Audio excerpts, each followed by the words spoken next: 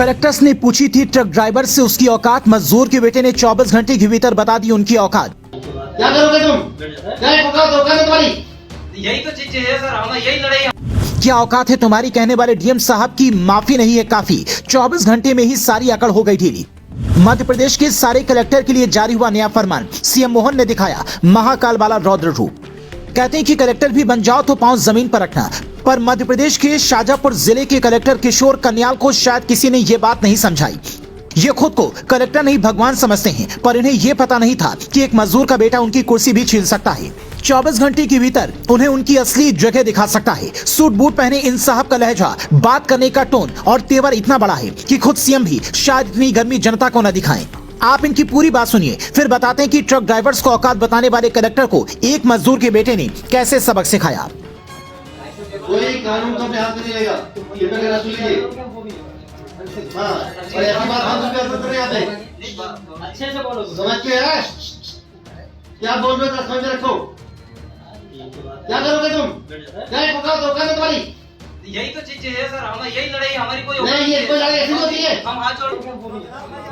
इनकी बात सुनकर ऐसा लगता है कि जैसे ये मध्य प्रदेश के शाजापुर जिले के राजा हैं और उनके सामने प्रजा हाथ बांधे बैठी है। जो ये बोल रहे हैं वही कानून है। अगर खिलाफ बोला तो गुस्सा जाएंगे। और राजा साहब माफ करिए, कलेक्टर साहब को गुस्सा भी इसी बात पर आया, क्योंकि ये कह रहे थे कि कोई कानून को हाथ में नहीं लेगा।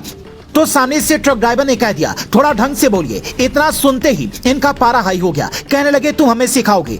इनका तीवर देखकर ऐसा लग रहा था जैसे कुछ लोगों को कुर्सी बैठने के लिए इन्होंने दया करके दिलवा दी। वो गनीमत है, वरना जमीन पर बैठाकर ही शायद उनकी बात सुनते। वो तो भला हो अंबेडकर का, जिन्होंने हर किसी को बराबर का हक दिलवा दिया, वरना इस तरह की सोच वाले लोग गरीबों को अपने पास बिठाना तो दूर से ही भगा देते हैं।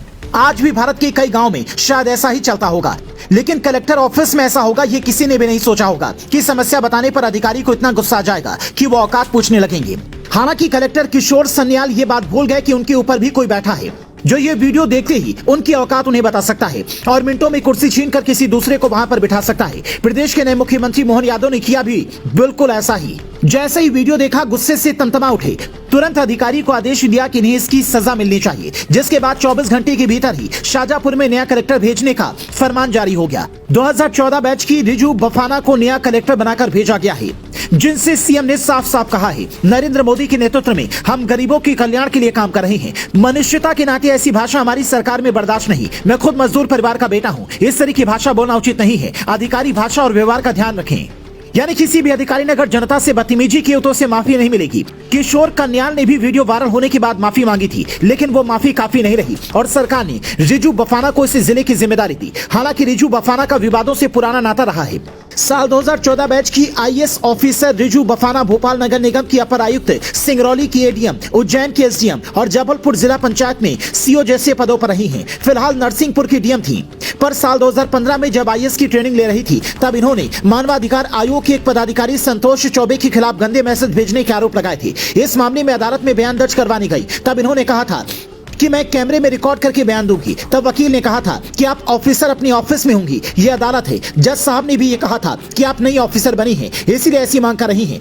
नतीजा इन्हें वैसे ही बयान दर्ज करवाना पड़ा, पर उसके बाद इन्होंने इस पर सवाल भी उठाए थे।